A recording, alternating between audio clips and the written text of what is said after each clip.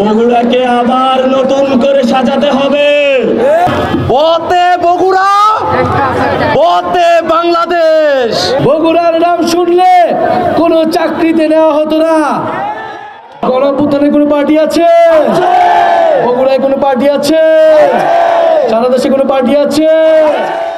গণ অভ্যুত্থানে শহীদদের কথা সংবিধানে যুক্ত এবং জুলাই ঘোষণাপত্রে সংস্কারের কথা যুক্ত করার দাবিতে সারা দেশে পদযাত্রা করছে জাতীয় নাগরিক পার্টি এনসিপি।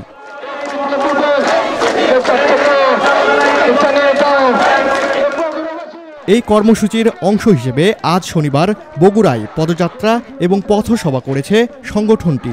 সকালে শহরের কলোনি পলিটেকনিক ইনস্টিটিউটের সামনে থেকে বৃষ্টি উপেক্ষা করে পদযাত্রা শুরু হয়।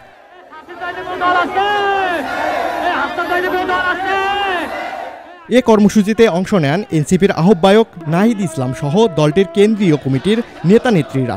পদযাত্রাটি শহর প্রদক্ষিণ করে সাতমাথার মুক্ত মঞ্চে এলে পথসভা শুরু হয়। এ সময় নাহিদ ইসলাম বিগত আওয়ামী লীগ সরকারের আমলে বগুড়ায় যে বৈষম্য করা হয়েছে তা উল্লেখ করে বলেন, বগুড়ার নাম শুনলে কোনো চাকরিতে নেওয়া হতো না, বগুড়ার নাম শুনলে তাকে কোথাও স্থান দেয়া হতো না, মিথ্যা ভুয়া মামলা দেয়া হতো। তিনি বলেন, এই রাজনৈতিক বৈষম্যের কারণেই গণ অভ্যুত্থান সংগঠিত হয়েছিল। বগুড়ার নাম শুনলে কোনো চাকরিতে নেওয়া হতো না, বগুড়ার নাম শুনলে তাকে কোথাও স্থান দেওয়া হতো না, বগুড়া জেলাবাসীকে নির্বিচারে মিথ্যা ভুয়া মামলা দেওয়া হতো। প্রিয় বন্ধুগণ, এই রাজনৈতিক বৈষম্যের প্রতিবাদেই গণ অভ্যুত্থান সংগঠিত হয়েছিল। বগুড়াবাসী, আপনারা কেমন আছেন? পথসভায় আরও বক্তব্য রাখেন কেন্দ্রীয় সদস্য সচিব আখতার হোসেন, উত্তরাঞ্চলীয় মুখ্য সংগঠক সার্জিস আলম, দক্ষিণাঞ্চলের মুখ্য সংগঠক হাসনাত আবদুল্লাহ সহ আরও কেন্দ্রীয় নেতারা। এ সময় তাদের বক্তব্যে উঠে আসে এনসিপির ভবিষ্যৎ পরিকল্পনা। বগুড়াকে আবার নতুন করে সাজাতে হবে, বগুড়া আবার সাজবে।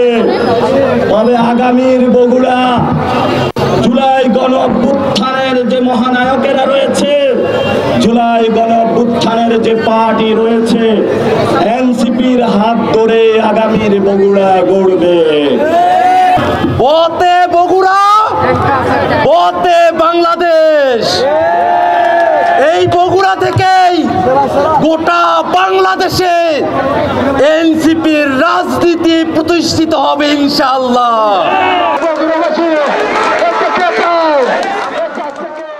এর আগে সকালে গণ অভ্যুত্থানে আহতদের সাথে সাক্ষাৎ করেন জাতীয় নাগরিক পার্টির কেন্দ্রীয় নেতারা। বগুড়ায় এনসিপির পদযাত্রা শেষে জয়পুরহাটে একই কর্মসূচি নিয়ে যাত্রা শুরু করে নেতাকর্মীরা।